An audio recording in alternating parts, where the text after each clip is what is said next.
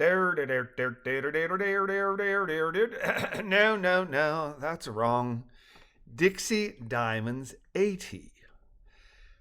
Dixie, Cooktown, Three Islands National Park, Metz, 4:39 p.m.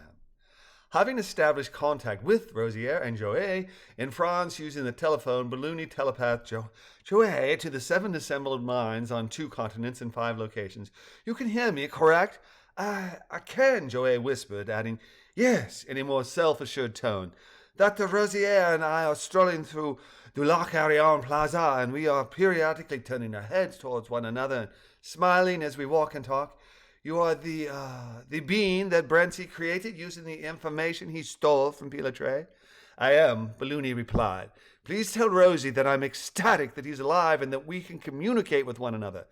I've been searching for him since that awful night he was attacked.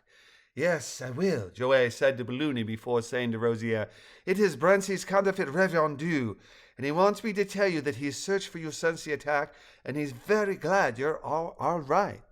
This is extraordinary and fantastic, Rosier said aloud, adding, though I'm not certain which is more fantastic, that I lived, that we actually were in telepathic contact when Brentsy tried to kill me, or that, well, you have telepathic abilities that are absolutely beyond the imagination. You call yourself Balloony. This is the name 2 young friends christened me when we met soon after I escaped from Brentsy's cage, Balloony said. The mother of one of these children is also in telepathic rapport, as are 4 people other than you. Oh my, Joey said. One moment. Doctor, Balloony confirmed that that is his name, but he also told me that there are other people who can hear what we are saying. Her final 9 words delivered with great concern. Wait, what? Rosier said. How many? Who and why? This is very dangerous. The more people who know I am speaking with you, the greater the risk of discovery and imprisonment. I am very uncomfortable with this.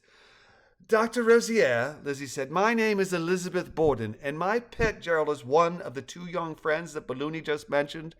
This is an incredibly odd situation, and I assure you that none of us wishes to be arrested and that half of us are not human people, but animal people.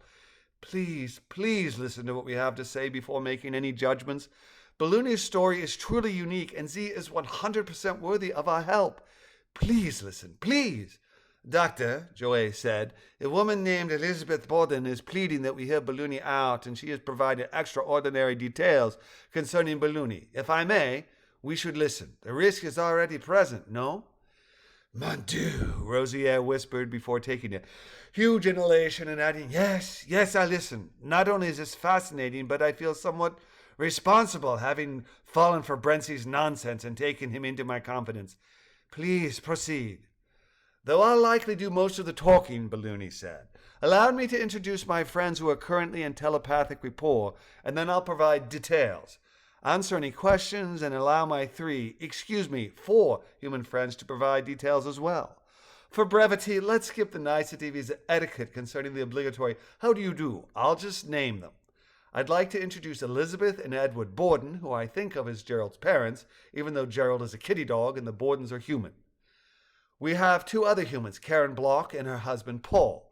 Additionally, we have Ms. Molly Daddison Pie, the mother of my other young friend, Mr. Squirrely Cheeky Pie, both of whom are squirrels. My young friends Jerald and Cheeky are not present. Oh my, Joey said. Please correct me if I get the important details wrong. Dr. Balloony begs that we hear him out before deciding anything, and he, or should I say Z, introduced 4 humans. Elizabeth, with whom I spoke, her husband Edward, along with Karen and Paul Block, and, Joey hesitated momently, Miss Molly Daddison Pie, the squirrel with whom I spoke as well. This is truly mind-blowing, Rosier whispered. Please proceed, but you all must remember that your very freedom is at stake. If either the French DGSE or the Australian ASIO get wind of this, we will all be locked away behind bars, likely without legal recourse. Oh, Balloony said, concerning secrecy, you don't have to speak out loud for us to hear you, Joey. When we are tied telepathically, our conscious thoughts are as easily heard and understood as are our words.